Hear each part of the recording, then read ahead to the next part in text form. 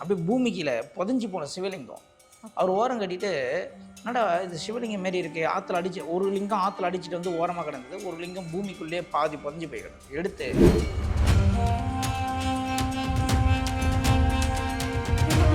இப்போ யாரெல்லாம் ஸ்கிப் பண்ணி லாஸ்ட்டில் போய் பார்க்குறாங்களோ அவங்களும் அது கிடைக்காது. ஏன்னா சென்ட்ரலில் ஒரு விஷயத்த சொல்லிடுவேன், மனிதனுக்கு நேரம் சரியில்லைன்னா மாட்டிக்கிறது உறுதி. ஆனால் அந்த சரியில்லாத நேரத்தப்போ தப்பிச்சு போலான்னு எவன் ஒருவன் தப்பிப்பதற்கு வழி தேடுகிறானோ அனைத்துமே தவறான வழியை மட்டும்தான் நமக்கு அமையும் என்ற சூட்சுமத்தை தெரிந்து கொள்ள வேண்டும். உங்களுக்கு நேரம் கெட்டு போய்கிறது. மகா சிவராத்திரிக்கு வந்து அபிஷேகம் பண்ணுபவர்களுடைய வாழ்க்கை மாறும் சொல்வதற்கு காரணம் என்னன்னா, அவர் போவார், படகுல கூப்பிட்டு போவாங்க, கரெக்டாக ஒரு இடத்துல குதிக்க வைப்பாங்க, குதிப்பார், கரெக்டாக போய் அந்த பாடி பூமிக்கு கீழே இருந்த ஒரு சிவலிங்கத்தின் கோவிலுக்கு நாம் சென்று அபிஷேகம் செய்தால் அங்கு எந்த மாதிரி விதமான வாஸ்துக்கு நிவர்த்தி கிடைக்கும் என்பது சொல்ல வர.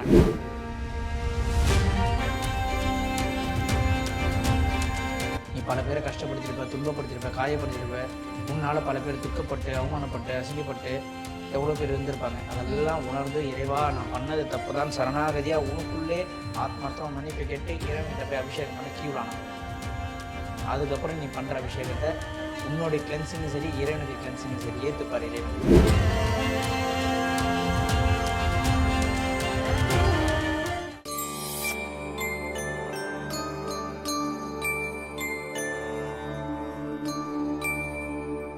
டெம்பிள் எக்ஸ்பிரஸ் நேயர்கள் அனைவருக்கும் வணக்கம்.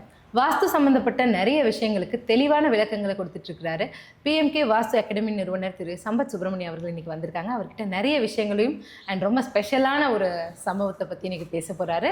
வெல்கம் பண்ணிடலாம், வாங்க. வணக்கம் சார். வணக்கம் மேடம். எப்படி இருக்கீங்க சார்? நல்லா இருக்கு மேடம். Super sir. சார், போன வருஷம் மகா சிவராத்திரிக்கு வந்து ஒரு பெரிய ஈவெண்ட் பண்ணோம் அண்ட் நீங்கள் பண்ணியிருந்தீங்க, நாங்களும் வந்திருந்தோம். ரொம்ப கூட்டம், உங்களை பக்கத்தில் நின்று எடுக்க முடியல, டெலி லென்ஸ்லாம் போட்டு ஜூமில் தான் வந்து நம்ம எடுத்தோம். இந்த தடவை வந்து மகா சிவராத்திரிக்கு என்ன ஈவெண்ட் பிளான் பண்ணியிருக்கீங்க? இந்த மக்களுக்கு ஏதாச்சும் ஒரு விஷயங்கள் இருக்கா? என்ன பண்ணுறீங்க சார்? மகா சிவராத்திரி மாதம் மாதம் சிவராத்திரி வரும் மேடம். வருடத்திற்கு ஒரு முறை அது மகா சிவராத்திரின்னு சொல்கிறோம். ஓகே. மாசி மாதம் வருகின்ற சிவராத்திரி மகா சிவராத்திரி. இந்த மகா சிவராத்திரிக்கு இது ஒரு 10-15 வருஷத்துக்கு முன்னாடி, ஒரு 10 வருஷத்துக்கு முன்னாடி போங்களேன், இந்த கிரிவலம், இந்த மகா சிவராத்திரிக்கெலாம் கூட்டங்கள் ரொம்ப கம்மி. ஏன்னா ஒரே ஒரு பால் பாக்கெட் வாங்கி கொடுக்க காசு இல்லாமல் காலங்கள்லாம் இருந்த அந்த மகா சிவராத்திரி பண்ண காலங்கள்லாம் உண்டு. இன்றைக்கி ஆன்மீகத்தில் நிறைய வந்து கிரிவலம், திருவண்ணாமலையில் கால் வைக்க இடம் இல்லை. ஆமாம் சார். அமாவாசை மலையனூரில் கால் வைக்க இடம் இல்லை. ஆமாம் சார். ஆன்மீகம் வளர்ந்துக்கிட்டு வர காரணம் என்ன தெரியுங்களா? எல்லோரும் நினச்சிட்டாங்க, அப்பா ஆன்மீகம் வளர்ந்துருச்சு, மக்களுக்கு நிறைய ஞானம் பிறந்துருச்சு, எல்லாம் இஎம்ஐயில் மாட்டினுக்கிறாங்க, பிரச்சனைகள் அதிகமாக இருக்குது, நோயில் மாட்டினுக்கிறாங்க, டிவோர்ஸில் மாட்டின்னு இருக்காங்க. வேறு வழியில் எங்கே போனால் பிரச்சனை தீரும்னு முட்டி மோதி எங்கேயோ ஒரு இடத்துல நம்ம வாழ்க்கையும் ஒரு நாள் மாறி விடாதான் ஓடுறான். கண்டிப்பாக. அங்கே தான் கூட்டம் அதிகமாகுது. ஓகே. நம்ம என்ன பண்ணுறோம், மொத்த பேரை அப்படியே பிடிச்சி மொத்த பேரையும் உட்கார வச்சு உன் பிரச்சனைக்கு நீயே தான் காரணம் அப்படின்னு சொல்லி சிந்திக்க வைத்து, ஆமால நம்ம தான் காரணம்னு யோசிக்க வைத்து அந்த பிரச்சனையை வேரோடு அறுப்பதற்கு ஒரு வழியை ஏற்படுத்திடும். Super sir. அது எப்போ? இந்த மாதிரி பெரிய பெரிய நிகழ்ச்சிகள் மூலயமாக மக்களை ஒன்று திரட்டி அதன் மூலயமா ஒரு ஈவெண்ட் பண்ணுறோம். இந்த மகா சிவராத்திரி அன்று நாம் என்ன செய்கிறோம்? பூமியிலே கிடைத்த சிவலிங்கம் அப்படியே பூமிக்கு, அப்படியே என் நண்பர் வந்து வேலைக்கு போயிட்டு சைக்கிளில் வராருங்க, அப்படியே பூமிக்கில் புதைஞ்சு போன சிவலிங்கம். அவர் ஓரம் கட்டிட்டு, என்னடா இது சிவலிங்கம் மாரி இருக்குது, ஆற்றுல அடிச்சு ஒரு லிங்கம் ஆற்றுல அடிச்சுட்டு வந்து ஓரமாக கிடந்தது, ஒரு லிங்கம் பூமிக்குள்ளேயே பாதி புதைஞ்சு போய் கிடந்தது. எடுத்து அப்படியே 2 இடத்துல நட்டு வச்ச சிவலிங்கம், பிரதிஷ்டை பண்ண சிவலிங்கம். ஓகே. அந்த சிவலிங்கத்துக்கு அது பெரிய மாபெரும் ராஜகோபுரம் கட்டிய கோவில் அல்ல, ஒரு ஓலைக்கொட்டால் தான் இருக்கும், ஒரு ஷீட்டு ஓட்டில் தான் இருக்கும். சுவாமி என்னைக்கு வரணும்னு முடிவு பண்ணுறாரு அன்றைக்கி அது கும்பாபிஷேகம் நடக்கும், ஆலயம் கட்டுவாங்க. சூப்பர். அந்த சிவன் கோயிலுக்கு மக்களுடைய கைகளால் அபிஷேகம் நடக்கும். ஓகே. வயது வரம்பு ஜாதி, மத, குலம், இனம், கோத்திரம் எதுவுமே இறைவனுக்கு கிடையாது, முன்னாடி கிடையாது. நிலம், நீர், காற்று, நெருப்பு, ஆகாயம் என்று படைத்த இந்த இறைவன் அனைவருமே சமமாக தான் பார்க்கிறான், வேறுபாடு இல்லை என்பதை உணர்ந்ததனால் அந்த இடத்தில் அனைவருமே சமம் என்று. எப்படி ஐயப்பன் கோயிலுக்கு ஜாதி மதம் இல்லாதவனே சரணம் ஐயப்பா அப்படின்னு ஒரு வார்த்தை இருக்குது. ஆமாம் சார். அதே மாதிரி இந்த சிவன் கோயில் 2 ஆலயங்களும் பக்கத்து பக்கத்தில் அமைந்திருக்கு. அனைவருமே அவங்கவுங்க திருக்கரங்களால் அபிஷேகம் பண்ணக்கூடிய ஒரு அரிய வாய்ப்பை நம்ம ஏற்படுத்துகிறோம். என்ன சொல்லுவோம், கோயிலுள்ளே போகக்கூடாது அப்படின்லாம் சொல்லுவோம். அவங்கவுங்க கையிலே அபிஷேகம் பண்ண வைக்கிறோம். சார் இது நார்த்தில் மட்டும்தான் சார் நடக்கும், சவுத்தில் வந்து இந்த மாதிரி ஒரு மூலவருக்கு ஒன் டே சிஎம் மாதிரி நம்ம கோயில் ஒரு நாள் நார்த் சைடு, ஒரு நாள் நார்த் சைடு அந்த மாதிரி வச்சுக்கலாம். Super super. அனைவருமே அவங்க கையால் அபிஷேகம் பண்ணலாம் மேடம். போன வருடம் அபிஷேகம் பண்ணவர்களுடைய வாழ்க்கையில் ஏற்பட்ட மாற்றங்களை நீங்கள் நேரடியாக வந்து ரிவ்யூ எடுத்துக்கங்கன்றேன். Super sir. ஓகே. இப்போ மக்களுக்கு என்ன ஒரு சந்தேகம்னா, மக்களில் 2 விதமாக நம்ம பார்க்கலாம். நம்ம எது பண்ணாலும் குறை கண்டுபிடிக்கிற ஒரு செட் ஆஃப் பீப்புள்ஸ், அவங்களையும் வர சொல்கிறேன். ஏன்னா அவங்களும் ஆரோக்கியமாக இருந்தால், அவங்களும் நல்லா இருந்தால், நம்மளை தொடர்ந்து குறை சொன்னார்கள் என்றால் நம் கர்மாவில் பாதி அவர்கள் எடுத்துக்கொண்டால் இன்னும் நம்ம ஆரோக்கியமாக இருப்போம், இன்னும் கொஞ்சம் ஓடுவோம்ல. சூப்பரான ஐடியா சார் இது. அனைவரும் வாருங்கள், உங்கள் திருக்கரங்களால் அபிஷேகம் பண்ணுங்க, உங்கள் வாழ்க்கையில் ஒரு மாற்றம் ஏற்படும் நான் சொல்கிறேன். இப்போ நான் ஒரு விஷயத்தை தெளிவாக சொல்கிறேன். ஒரு மனிதனுடைய வாழ்க்கையிலங்க கஷ்ட காலம் ஒன்று இருக்குன்னு வச்சுக்கேன். அவன் கோவிலே கட்டி கும்பாபிஷேகம் பண்ணாலும் அந்த கஷ்டத்துலேருந்து அவன் மீற முடியாது. ஓகே. அந்த காலத்தை கடந்து தான் ஆகணும் சார், கடந்து தான் ஆகணும், அனுபவிச்சு தான் ஆகணுன்றீங்க. ஆனால் இந்த கோயிலுக்கு உங்கள் வாழ்க்கை மாறுன்றீங்க. ஒரே குழப்பமாக இருக்குது சார் சில பேர் சொல்லுவாங்க. ஆனால் என்னை ரெகுலராக ஃபாலோ பண்ணுறவங்களுக்கு அந்த சூட்சமம் தெரியும்.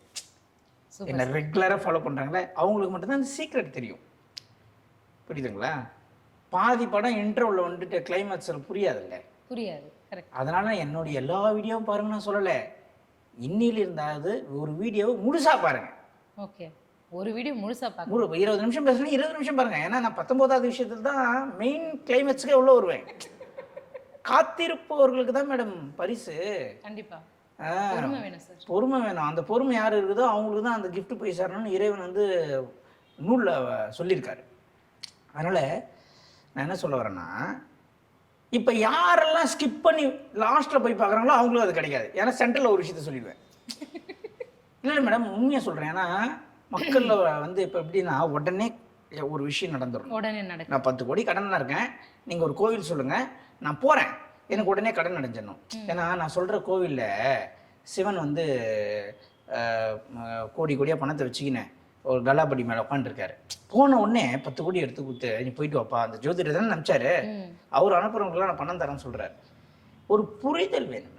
எதுக்கு பிறக்கிறோம், எதுக்கு வாழறோம், எதுக்கு துன்பத்தை அனுபவிக்கிறோம், இந்த புரிதல்லாம் இல்லாமல் ஒரு மனிதன் வந்து என்ன சொல்கிறான், இறைவனுக்கு இவ்வளோ செஞ்சம்பா, என்னை இப்படி பண்ணிட்டான்பா அப்படின்னு சொல்கிற மனிதர்களையும் நீங்கள் பார்க்க முடியும். நிறைய பேர் பார்க்கலாம். இன்னொரு சாரர் பார்க்குங்களேன், இறைவன் எவ்வளோ கருணை உள்ளம் படைத்தவனாக இருந்தால் இப்படி ஒரு ஆபத்தை என்னை கொடுத்து காப்பாற்றிருப்பான், அப்படி ஒரு மனிதரை பார்க்கலாம். கண்டிப்பாக சார். இன்னொருத்தவங்களும் இருக்காங்க சார், என்னன்னா கடவுளே இல்லை ஆனால் நான் நல்லா தான் இருக்கேன், அப்படி இருக்காங்க. இப்போ நீங்கள் சொன்னீங்கல்ல கடவுளே இல்லை நான் நல்லா இருக்கேன். இந்த மாதிரியான ஒரு 2 பேரை நான் வாஸ்துவில் சந்தித்தேன். அவர்களை பற்றி நான் ரொம்ப விரிவாக பேசினேன். இந்த மகா சிவராத்திரி இந்த இந்த வாஸ்து பற்றி நம்ம சொல்ல முடியாது. நீங்கள் மறந்தாலும் மக்கள் மறக்க மாட்டாங்க. அவங்க 2 பேரையும் மக்கள் ஞாபகப்படுத்திகிட்டே இருங்க. ஒரு நாள் நிச்சயமாக நம்ம வீடியோ பேசணும். Super sir. சரிங்களா? ஓகே. இப்படிலாம் இருக்கக்கூடிய இடத்துல இங்கே அபிஷேகம் பண்ணுங்க வாழ்க்கை மாறும் நான் ஏன் சொல்கிறேன் அப்படின்னா, இறைவனை தவிர ஒரு மனிதனுடைய வாழ்க்கையில் யாராலையும் மாற்றத்தை ஏற்படுத்த முடியாது. சூரிய கிரகணம் சந்திர கிரகணம் வந்தால் கோயிலே மூடிடுறான். அப்போ இறைவனே அங்கே நாயிடுறாரு. இறைவனே அங்கே வந்து கிரகத்தை அந்த ராகு கேதுவோடைய ஆதிக்கத்தில் மாட்டிக்கும் போது அவரே மக்களை காப்பாற்ற முடியாத, அவருக்குமே வருஷத்தில் ஒரு நாள் கெடு இருக்கும் பொழுது மனிதனுக்கு நேரம் சரியில்லைன்னா மாட்டிக்கிறது உறுதி. ஆனால் அந்த சரியில்லாத நேரத்தப்போ தப்பிச்சு போலான்னு எவன் ஒருவன் தப்பிப்பதற்கு வழி தேடுகிறானோ அனைத்துமே தவறான வழியை மட்டும்தான் நமக்கு அமையும் என்ற சூட்சுமத்தை தெரிந்து கொள்ள வேண்டும். உங்களுக்கு நேரம் கெட்டு போய்க்குது, நீங்கள் தவறான ஒரு ஆளை போய் பார்த்து அவர்கிட்ட ஒரு கைடு ஒரு ஆலோசனை பெறுவீர்கள். அது தவறான ஆலோசனையாக இருக்கும். அந்த தவறான ஆலோசனையின்படி நீங்கள் வழி நடந்து தவறான இடம் சென்று அடைவீர்கள். அப்போ என்ன பண்ணணும்? நேரம் சரியில்லைன்னா ஒன்றுமே பண்ணக்கூடாது, அமைதியாக இருந்துடணும், கடக்கணும், ஏற்றுக்கணும், அனுபவிக்கணும். அதுக்கான சிம்டம் சரி, இப்போ டைம் சரியில்லைங்கிறத நம்ம எப்படி கண்டுபிடிக்கிறது? டைம் சரியில்லைன்றத இறைவன் சொல்லிடுவார் மேடம். என்னுடைய வாஸ்து வகுப்பில் நான் மெயினாக ஸ்டூடெண்ட்டுக்கு சொல்லித்தரது இறைவன் எப்படி நம்ம கூட ட்ராவல் பண்ணுறாருன்றதை தான் மெயினாக சொல்லி தருவேன். அப்புறம் தான் வாஸ்து உள்ளே போவேன். கரெக்ட். ஏன்னா இதுதான் மெயின். இது தெரிஞ்சிச்சுன்னா எல்லாம் தெரிஞ்சிருமே. இதுதான் மெயினாக சொல்லி தருவேன். அதுக்கப்புறம் தான் வாஸ்து உள்ளே போவேன். நம்மளுக்கு சிம்டம்ஸை இறைவன் சொல்லுவார், காட்டுவார். 24/7 இறைவன் நம்ம கூட ட்ராவல் பண்ணிகிட்டே இருப்பார். அப்போது நான் என்ன சொல்கிறேன்னா, ஒரு மனிதன் கடனால், நோயால், வம்பால், வழக்கால், திருமண தடையால், டிவோர்ஸால், குழந்தையின்மையால், கணவன் மனைவி ஒற்றுமையால், இப்படி பல பிரச்சனையை என்ன பண்ணுறான்னா ஸ்பேஸ் பண்ணுறான். மகா சிவராத்திரிக்கு அபிஷேகம் பண்ணுபவர்களுடைய வாழ்க்கை மாறும்னு சொல்வதற்கு காரணம் என்னன்னா, ஏன் கருங்கல்லில் இறைவன் இருக்கிறான். பளிங்குகளில் இருக்கலாம், மார்பிள்ஸில் இருக்கலாம், கிரானைட்டில் இருக்கலாம், டைல்ஸில் செய்யலாம், மண்ணில் செய்யலாம், விநாயகர் களிமண்ணில் செஞ்சாங்க. அப்போது விக்கிரகங்கள் சிவாலயங்களில் ஏன் கருங்கல்லில் செய்யப்பட்டது? கருங்கல் என்பது ஒரு மனிதனுடைய ஆறாவை இழுக்கக்கூடிய தன்மை பெற்றது. உங்ககிட்ட இருக்கிற நெகட்டிவை அது இழுத்துரும். கருங்கல்லுக்கு அந்த ஈர்ப்பு சக்தி உண்டு. இது நீங்கள் தெளிவாக புரிஞ்சுக்கணும். மனிதன் ஒரு அபிஷேகம் செய்யும் பொழுது, ஒரு தேன் அபிஷேகம், பால் அபிஷேகம், இளநீர் அபிஷேகம் போது மனம் உருகி அவன் தன் குமுறல்களை அவன் ஒரு திரவியமாக அப்படியே இறைவன் மேலே சாத்தும் போது அவனுடைய எண்ணங்கள் அந்த பால் மூலியமாக, தண்ணி மூலியமாக, தேன் மூலியமாக அந்த ஆறா அந்த சிவலிங்கத்தோடைய பானமும் ஆவுடையரும் என்ன பண்ணுவாங்க? இழுத்துருவாங்க. ஃபுல்லாக இழுத்துரும். கிளென்ஸ் பண்ணுது. அது பேர் தான் கிளென்ஸ். உங்ககிட்ட இருக்கிற எல்லாத்தையுமே அது வாங்கிக்குது. நான் இப்போ என்ன சொல்கிறேன்னா, சிவலிங்கம் மேலே அபிஷேகம் பண்ண பால், தயிர், தேன் எல்லாம் போய் கிளென்ஸ் ஆகுதா? அப்போது ஃபஸ்ட்டு ஸ்டேட்மெண்ட் ஒன்று சொல்லிடுறேன். ரெண்டாவது ஸ்டேட்மெண்ட் நிறைய பேர் குழம்பும். அதனால் ரெண்டாவது ஸ்டேட்மெண்ட்டை பொறுமையாக தெளிவாக சொல்லிடுறேன். அந்த வாய்ப்பு என்பது அனைவருக்கும் கிடைக்காது. அதாவது எல்லாருமே நீங்கள் கோயிலுக்கு போய் அபிஷேகம் பண்ணலாம். நீங்களே அபிஷேகம் பண்ணுவது என்பது டைரெக்டாக உங்களை நீங்கள் கிளென்ஸ் பண்ணிக்கிறீங்க. Direct cleansing. நம்ம ஒரு கோயிலில் அபிஷேகத்துக்கு புக் பண்ணிட்டு உட்காந்து பார்க்குறதும் கிளென்சிங் தான். அது வேற.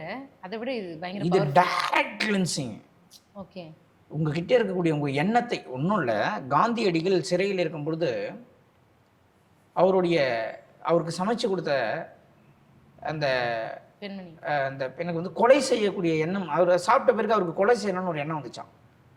அப்புறம் தான் விசாரித்து பார்த்தா அவருக்கு சமைத்து கொடுத்த பெண்ணுடைய எண்ணங்களோடைய ஒப்பிட்டு பார்க்கும்போது அது மேட்ச் ஆச்சுன்னு ஒரு கதை இருக்கு. கதையில் உண்மை கதை.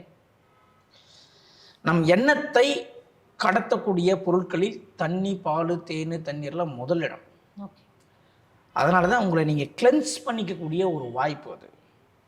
வேற ஒன்றும் கிடையாது. இல்லை, நான் என்ன கேட்குறேன், ஏன் கருங்கல்லில் செய்தார்கள்? அதுக்கு முதல்ல பதில் சொல்லுங்க. கருங்கல்லால் மட்டும்தான் ஆறாவை இழுக்கும் பவர் உண்டு மேடம். ரொம்ப சீக்கிரமா, அப்படி வெகு சீக்கிரத்தில் இழுத்துரும். உங்களோட அபிஷேகம் என்பது என்ன? இறைவன் அனைவருடைய வேண்டுதல்களையும் குமுறல்களையும் இழுத்து கொண்டார். இப்போ இறைவனுக்கு கிளென்ஸ் பண்ணுறது தான் அபிஷேகம். இப்போ இந்த ஸ்டேட்மெண்ட்டை தெளிவாக புரிஞ்சுக்கங்க. புரியுது. நம்மளை கிளென்ஸ் பண்ணிக்கிறோமா, இல்லை பக்தர்களுடைய குறைகள் எல்லாம் அந்த சிவலிங்கம் இழுத்ததனால் இறைவனுக்கு கிளென்ஸ் பண்ணுறோமானா? இறைவனுக்கு தான் கிளென்சிங் நடக்கிறது. இறைவனுக்கு கிளென்சிங் நடக்கிறது. கிளென்சிங் சொல்லுவாங்க நம்மளுக்கெல்லாம் பண்ணா. ஆறா கிளென்ஸ் பண்ணணும். அதே மாதிரி எத்தனை பேருடைய கர்மாவை என்ன பண்ணியிருப்பார். இப்போ ஒன்றும் இல்லை, ரொம்ப ரொம்ப ரொம்ப புரியுற மாதிரி சொல்கிறோம். ஒரு ஜோதிடர், வாஸ்து நிபுணர், நியூமராலஜி பார்க்குறவர், இவங்களாம் என்ன சொல்லுவாங்க? பா, நிறைய பேர் கர்மாவை சம்பாதிக்கிறப்பா, உனக்குன்னு ஒரு ஹோமத்தை பண்ணிக்கப்பா, உனக்குன்னு ஒரு ஆயுஷ் ஹோமம் பண்ணிக்கப்பா, உனக்குன்னு ஒரு பூஜை பண்ணிக்கப்பான்னு சொல்லுவாங்களே. ஸோ பல லட்சாயிரம் கோடி மக்கள்களின் குமுறல்களை அந்த இறைவன் கேட்டுட்டு உட்காந்துருக்காரு, அவருக்கு பின்ன கிளென்ஸ் பண்ணலன்னா ஆவாரு. அதுதான் இறைவனுக்கு கிளென்சிங் செய்யக்கூடிய ஒரு முறை தான் மேடம் அபிஷேகம். இதுக்கு எத்தனை பேர் எதிர்ப்பு சொன்னாலும், இல்லை என்றாலும், 1000 அர்த்தங்கள் சொன்னாலும் தான் உண்மை. உண்மை இதுதான். ஏற்றுக்கிட்டா ஏற்றுக்குங்க, ஏற்றுக்கலனாலும் பரவாயில்ல, ஒரு நாள் ஏற்றுக்கிட்டு தான் ஆகணும். ஒரு காலத்தின் கட்டாயத்துக்கு வர போகிறீங்க. அப்போது இதில் உங்கள் கையால் அபிஷேகம் பண்ணும்போது இறைவனுக்கு கிளென்சிங் நீங்களே பண்ணுறீங்க, உங்களுடைய கிளென்சிங்கும் சேர்ந்து நடக்கும் பொழுது உங்கள் வாழ்க்கை மாபெரும் மாற்றம். கண்டிப்பாக. இப்போ சில பேருக்கு டவுட் வந்துடும், சார் இவ்வளோ தூரம் பேசுகிறாரு, இந்த அபிஷேகத்துக்கு எவ்வளோ கட்டணம் வாங்குறாரு, இதுக்குன்னே ஒரு குரூப் இருப்பான். கண்டிப்பாக. இதில் ஒரு 1000 பேர் வந்தாங்கன்னா ஒரு ஆளுக்கு 500 ரூபா போட்டாருன்னா இவ்வளோ வரும். எல்லாமே நாங்களே வாங்கி கொடுத்துட்டு பண்ண வைக்கிறோம்ப்பா, வந்து கலந்துக்கினா போதும்.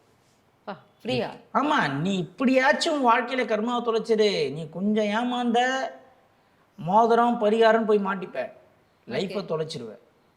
சரி சார், நீங்கள் ஏன் சார் மற்றவனுடைய கர்மாவை வந்து கரையணும்னு சொல்லி பேசுகிறீங்க, உங்களுக்குன்னா சார் அப்படின்னா நான் ஒரு கேள்வி கேட்பேன். மகாத்மா காந்தி ஏன் போராடினாரு? அவர் போய் வீட்டில் பத்துக்க வேண்டியது தானே வேலை செஞ்சுட்டு. நேருஜி ஏன் போராடினார்? போய் பத்துக்க வேண்டியது தானே வீட்டில் போய். வஉசி ஏன் செக்கு எடுத்தார்? ஏன் ஜெயிலுக்கு போனார்? அவங்களெலாம் கேட்க முடியுமா? நீங்கள் கேட்க முடியுமா? முடியாது. ஏதோ ஒரு தியாகப்பற்று, ஒரு உலகப்பற்று, மக்கள் பற்று இருந்தது, நாட்டுக்காக எதனா செய்யணும்னு நினச்சாங்க, செஞ்சாங்க. எனக்கும் அதே மாதிரி தான், மக்களுக்காக எதனா ஒரு விஷயத்தை நாம் செய்ய வேண்டும். இறைவன் நம்மளை வேணும் கூன் குருடு செவிடு நீங்கி பிறத்தலறிதுன்னு சொல்லியிருக்கான். கண்ணு காது மூக்கு வாய் தொண்டெல்லாம் நல்லா வச்சு இறைவன் படைச்சிக்கிறான். இந்த இறைவனுக்கு நம்ம எதனா நன்றி சொல்லணுமே, எப்படி சொல்கிறது? ஓகே சரி, அப்போ இந்த மாதிரிலாம் செஞ்சோன்னா இறைவனுக்கு ஒரு நன்றி. நடமாடும் தெய்வம் மக்கள், ஒவ்வொரு மனிதனுக்குள்ளும் கடவுள் இருக்கான் அப்படின்னு திருவள்ளுவர் சொல்கிறார். அப்போ கடவுளுக்கே செய்கிற ஒரு ஒரு மிகப்பெரிய பாக்கியமாக நான் நினச்சி செய்கிறேன். ஓகே, அதுக்காக தான் எந்த ஈவெண்ட்டுக்குமே ₹1 கூட நாங்கள் கலெக்ட் பண்ணாத full and full free service பண்ணுற காரணம் என்ன? நம்ம நோக்கம் என்ன? மக்கள் பலனடையணும், பயனடைய வேண்டும். இதான் உண்மை.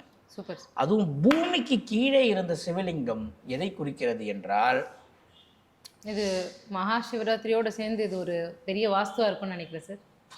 அதாவது மேடம், நிறைய பேர் வாஸ்து பேசுவாங்க, நிறைய அனுபவங்கள் உள்ள நிறைய ஜாம்பவங்கள் பொருந்திய இந்த தமிழ்நாட்டில் நான் இப்போ தான் முளைத்து வர ஒரு புல்செடி மாதிரி எனக்கு தெரிஞ்ச விஷயத்த நான் சொல்கிறேன்.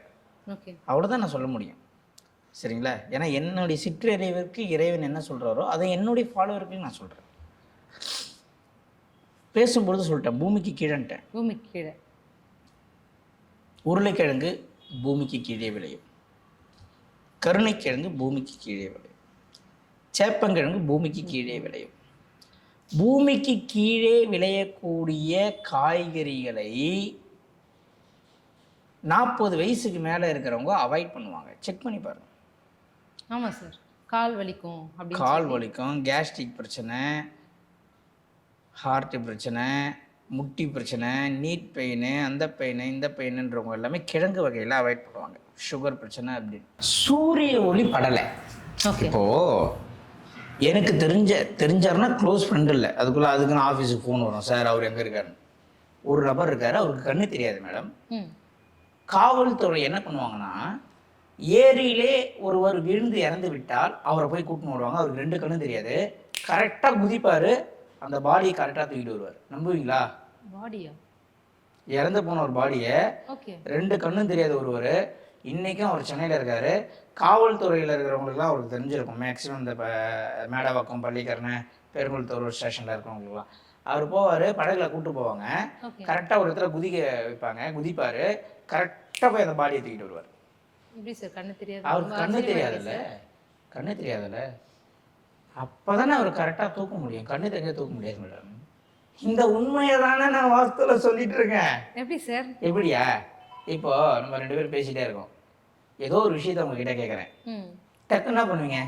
மறந்துட்டீங்க அந்த விஷயத்த, என்ன பண்ணுவீங்க?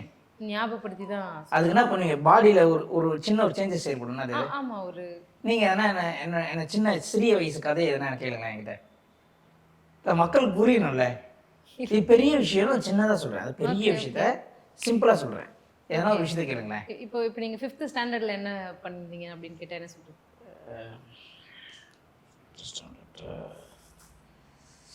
ஆமாம் மேடம், நான் ஊரில் ஒரு ஹோலி பாத்திமா அப்படின்னு சொல்லிட்டு ஒரு ஸ்கூலில் இருந்து வேற ஒரு அரசாங்க ஸ்கூலுக்கு அப்போ தான் நான் மாறினேன் படிக்கிறதுக்கு. இப்போ நான் சொல்லிட்டேன், நீங்கள் ஒரு ஸ்டேட்மெண்ட் கேட்டீங்க, நான் ஒரு ஸ்டேட்மெண்ட் சொல்லியிருக்கேன். இதன் இடையில என்ன நடந்தது அப்படின்னு யோசிக்கிறவங்களால ஜெயிக்க முடியும் மேடம். ஒரு சிந்தனை, ஒரு யோசனை. மீண்டும் மீண்டும் சொல்கிறேன், இங்கேருந்து அங்கே ட்ராவல் பண்ணி யோசிச்சதுங்களா? சரி, நீங்கள் மீண்டும் ஒரு கேள்வி கேளுங்க. இல்லை மேடம், இது புரிஞ்சிச்சுன்னீங்களேன், என்னுடைய கடமையில பாதி முடிஞ்சிது மேடம். ஆமாம், பாதி முடிஞ்சுது. அதுக்கப்புறம் அவ்வளோதான். என்னுடைய ஸ்டூடெண்ட், என்னுடைய ஃபாலோவர்ஸ் கேட்குற கேள்விக்கு யாராலையும் பதில் சொல்ல முடியாது. அந்த மாதிரி ஆயிக்கணும். சஸ்பென்ஸில் வைக்காதீங்க. நீங்கள் இன்னொரு கேள்வி கேளுங்களேன்.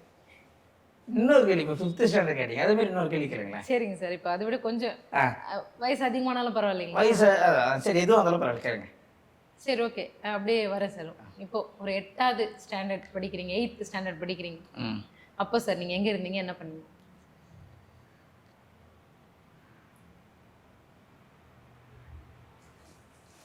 சென்னை திருவான்மையூரில் போலீஸ் கோட்ரஸ் அப்படின்ற ஒரு ஏரியாவில் திருவிதி அம்மன் கோவில் ஸ்ட்ரீட் உள்ள போனீங்கன்னா ஒரு கவர்மெண்ட் மாநகராட்சி மேல்நிலைப் பள்ளின்னு ஒரு பள்ளி, அந்த ஸ்கூலில் நான் படிக்கிறேன் மேடம். 8வது அங்கே வந்து சேர்றேன். ஓகே. இப்போ சொல்லிட்டேன்னா ஆனால் இப்போ என்ன, எப்படி நான் சொன்னேன், யோசிச்சு சொன்னேன். கண்ணை மூணாததாமல் நான் ஞாபகமே வருது. நான் மறந்து போன விஷயத்தை நான் நினைவில் கொண்டு வர 2 கண்களையே நான் மூடிக்கொள்கிறேன். மூடிக்கொண்ட பிறகு மூளை அதிகமாக வேலை செய்கிறது. மூளை போய் இந்த டேட்டாவை வந்து என்ன பண்ணுது, ஃபைலை தட்டுது. தட்டின பிறகு அதை கொண்டு வந்து நினைவில் பெருமொழியிலேருந்து சிறுமொழி கொண்டு வந்து நம்மளை வந்து சொல்ல வைக்குது. அப்போ கண்ணு தெரியாதவர்களுக்கு எப்பவுமே என்ன ஆகும்னா, மூளை வேலை செய்யும், பயங்கரமான இன்ட்யூஷன் வேலை செய்யும். கண்ணு தெரியாத ஒருவர் குளத்தில் குதித்த உடனே ஒரு இறந்த பாடியை தூக்குறார் என்றால் அவருக்கு அந்த மூளை பல லட்சம் 1000 கோடி பவரில் வேலை செய்கிறது. அதை அவரால் ஸ்மெல் பண்ண முடியும், உணர முடியும். கண் தெரிந்து கொண்ட ஒருத்தரால் அதை உணர முடியாது. புரியுதா? புரியுது. பூமிக்கு மேலே வளர்ற விஷயத்த நீங்கள் பார்க்க முடியும். கோஸ், அவரைக்காய், வெண்டைக்காய், சுண்டக்காய், பூமிக்கு கீழே விளையிற விஷயத்த நீங்கள் பார்க்க முடியாது. அப்போ வாஸ்து ரீதியாக பூமிக்கு கீழே விளையக்கூடிய விளைச்சல்களை விளைத்தால் அவர் வீடு எப்படி வாஸ்து இருக்கும்? அது இன்னும் பல மடங்கு வேலை செய்யும் இல்லையா? பூமிக்கு கீழே இருக்கக்கூடிய விஷயத்தை அதிகமாக விரும்பி சாப்பிடுபவர்களுடைய வாழ்க்கை எப்படி இருக்கும்? பூமிக்கு கீழே இருந்த ஒரு சிவலிங்கத்தின் கோவிலுக்கு நாம் சென்று அபிஷேகம் செய்தால் அங்கு எந்த மாதிரி விதமான வாஸ்துக்கு நிவர்த்தி கிடைக்கும் என்பது சொல்ல வரேன். Super sir. விளையாட்டு விஷயம் என்ன மேடம் இது? புரியுது. இது புரியாது. புரிஞ்சிருச்சுன்னா உங்களை அடிச்சுக்கு இந்த உலகத்தில் ஆட கிடையாது. உலகத்திலே நிறைய பேர் நிறைய விஷயத்த இன்னைக்கு பேசுகிறாங்க. ஆனால் இன்னைக்கும் சொல்கிறேன், வாஸ்து என்பது கடலும் வாஸ்துவும் ஒன்றா வைக்கிறீங்கன்னா கடலை கூட கொஞ்சம் வாஸ்து பெரிய அளவுன்னு சொல்லுவேன். ஏன்னா கடலுக்கே வாஸ்து பார்க்கலாம். அப்போ எது பெருசு? வாஸ்து தான் பெருசு. புரியுதுங்களா? அப்போது பூமிக்கு கீழே இருந்த, பூமிக்கு அடியிலே இருந்த சிவலிங்கத்தை தோன்றி ஆலயமாக வந்த அந்த சிவாலயத்தில் எவன் ஒருவன் இந்த வாழ்க்கையில் கண்ணிருந்தும் குருடனாக வாழ்ந்து கொண்டிருக்கிறீர்களோ உங்களுக்கான கோவில் அதுதாங்க. கண்ணிருந்தா நான் குருடனா வாழறேங்க.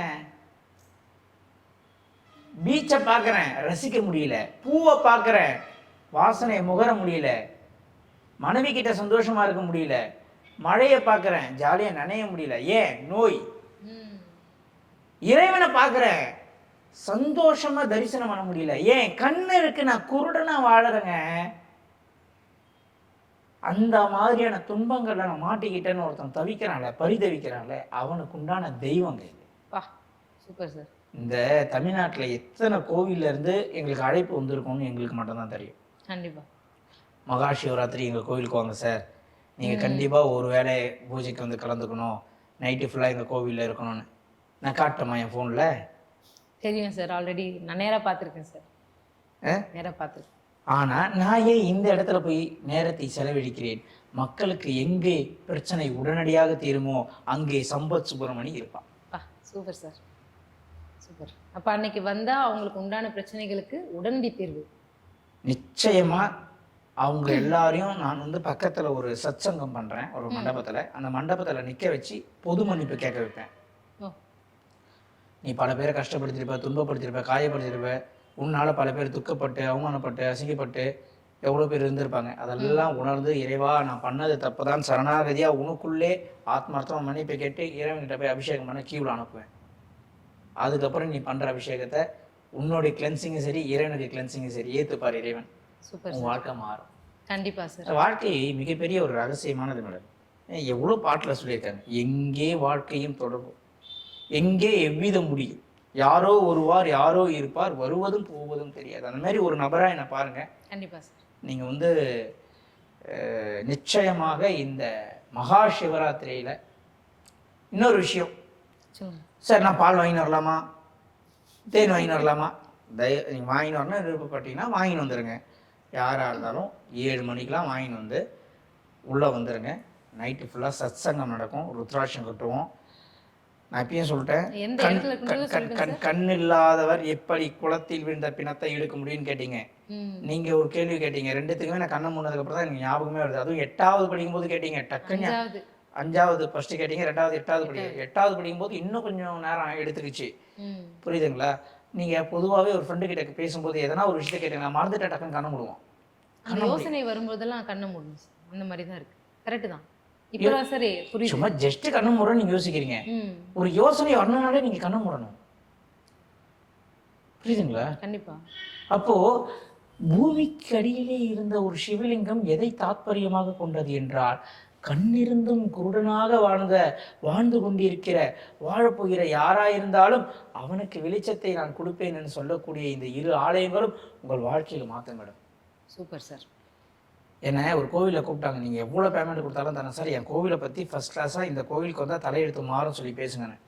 நான் என்ன பண்ணேன் தெரியுமா? அந்த நம்பரை உடனே பிளாக்ல போட சொன்னேன். நீங்கள் அந்த கோவில் பேரை சொல்ல விரும்பலை, ஆனால் இன்னொரு வாட்டி கால் பண்ணாங்கன்னா வேறு நம்பர்லேருந்து கால் பண்ணாங்கன்னு சொல்லிடுவேன். Okay okay. இல்லை அந்த கோயில் இந்த மாதிரி நிறைய விஷயங்கள் உங்களுக்கு வரும். நாங்கள் உங்களோட ஷூட்டுக்கு இந்த வாஸ்து கிளாஸ் வரும்போதெல்லாம் பார்க்குறோம். நீங்கள் அதை பற்றி நிறைய கோயில் ரிசர்ச் பண்ணுற மாதிரி இதெல்லாம் பண்ணுறது இல்லைங்களா மேடம்? அதாவது இந்த கோயிலுக்கு வருஷத்தில் ஒரு நாள் மட்டும்தான் நான் இந்த கோயிலை பற்றியே நான் பேசுவேன். மற்ற டைமில் இந்த கோயிலை பற்றி நான் எப்பயுமே பேச மாட்டேன். ஓகே. ஏன்னா அங்கே ஒரு அபரீத சக்தி இருக்கு மேடம். அது ஒரு பொருளாதாரமாகவோ ஒரு கமர்ஷியலாகவோ மாறிவிடக்கூடாது என்பது என்னுடைய அபிப்பிராயம். வேற ஒன்றுமே கிடையாது. 20 ஆண்டுகளாக என் நண்பர் அந்த இடத்துல உழைத்து கொண்டிருக்கிறார். ஒரே ஒரு பால் பாயிட்ட வாங்க காசு இல்லாத காலத்துலேருந்து உழைக்கிறோம். இன்னைக்கு 2000 பேர் 3000 பேருக்கு நீங்கள் நைட்டு சிவராத்திரிக்கு அன்னதானம் போடுற அளவுக்கு நம்ம இறைவன் நம்பலை. என் நண்பரை உயர்த்தியிருக்கார். என் நண்பர் அவருக்கு நான் ஒரு சிறிய ஒரு பாலமாக இருக்கிறேன், அவ்வளோதான் உண்மை. பூமிக்கு அடியிலிருந்து அதே இடத்துல தோன்றுவது சுயம்பலிங்கம் மேடம். நான் சொல்வது இது லிங்கமே வேற ஒரு கோவிலில் பாண்டவர் காலத்தில் சோழர் காலத்தில் கோவிலில் இருந்து அது அகற்றப்பட்டு பூமியில் புதைஞ்சு போய் மேலே வந்தது. ஓகே. அப்போ எங்கே இருந்ததுன்றதுலாம் தெரியாது. ஆனால் அந்த ஏரியாவில் பெரிய சிவன் கோயில் முற்காலத்தில் இருந்தது என்பது மட்டும் யூகிக்கப்படுகிறது. Okay okay. இடம் சார் எங்கே வரணும் அப்படின்னு? சென்னைக்கு மிக அருகில் அப்படின்னு சொல்லிட்டு லேண்டுக்கு 10 கிலோமீட்டர் உள்ளே கொண்டு வாங்கினேன், அந்த மாதிரிலாம் இல்லை. உண்மையிலே சென்னைக்கு மிக அருகில் வண்டலூர் பக்கத்தில் கண்டிகை என்ற ஒரு கிராமம் பக்கத்தில் வேங்கடமங்கலம். ஓகே. வேங்கடமங்கலம் 14-15 வாஸ்து கிளாஸ் எடுக்கிறோம் மேடம். ஓகே. அந்த 15ஆம் தேதி நைட்டு தான் வந்து சிவராத்திரி. அதனால வாஸ்து கிளாஸ் 6 மணிக்கெல்லாம் முடிச்சிருவோம். 7 மணிக்கு ஈவெண்ட் ஸ்டார்ட் ஆகுது. அதாவது முன்னாடி வரவங்களுக்கு மட்டும்தான் மண்டபத்தில் இடம். அது வந்து ஒரு டி நகரோ ஒரு வண்ணாரப்பட்டியோ கிடையாது. ஒரு 3000 பேருக்கு உட்கார மாதிரி ஒரு மண்டபத்தை எடுத்து ஃபங்க்ஷன் பண்ணுறதுக்கு ஒரு சிறிய இடம். ஒரு மேக்ஸிமம் நெருக்கி கொஞ்சம் ஒரு 500 பேர் உட்காரலாம். முன்னாடி வரவங்களுக்கு எல்லாம் மண்டபத்தில் உட்கார வச்சிடறோம். கொஞ்சம் லேட்டாக வரவங்கள கீழே உட்கார வச்சு எல்இடியில் காட்டுறோம் சத் சங்கத்தை. கொஞ்சம் லேட்டாக வரவங்க ஸோ எந்த அளவுக்கு சீக்கிரம் வரீங்களோ வந்து உட்காந்துக்கிங்க. எந்த ஒரு கட்டணமும் எந்த ஒரு நிகழ்ச்சிக்கும் நாங்கள் எப்பொழுதுமே வாங்க மாட்டோம். அது எங்களுடைய கொள்கை. கண்டிப்பாக சார். வந்து கலந்துக்குங்க. நம்மெல்லாம் கும்பலாக போய் அபிஷேகம் பண்ணுவோம். உங்களுக்குள்ளே இருக்கக்கூடிய அனைத்து ஆறாவும் கிளென்ஸ் செய்யப்படும். இறைவனும் கிளென்ஸு ஆகிறார். அது ஒரு பெரிய மாற்றத்தை தரும். இந்த மாதிரியான வாய்ப்புகளை தவற விட்டுறாதீங்க. கண்டிப்பா சார். அனைவரும் வருக, இறையருள் பெறுக என நான் அனைவரையும் வருக நான் வரவேற்கிறேன் மேடம். கண்டிப்பா sir. Thank you so much sir. இந்த Thank மாதிரி ஒரு பெரிய ஆப்பர்ச்சுனிட்டி எல்லாருக்கும் கொடுத்தது. ரொம்ப ரொம்ப நன்றி. தேங்க்யூ.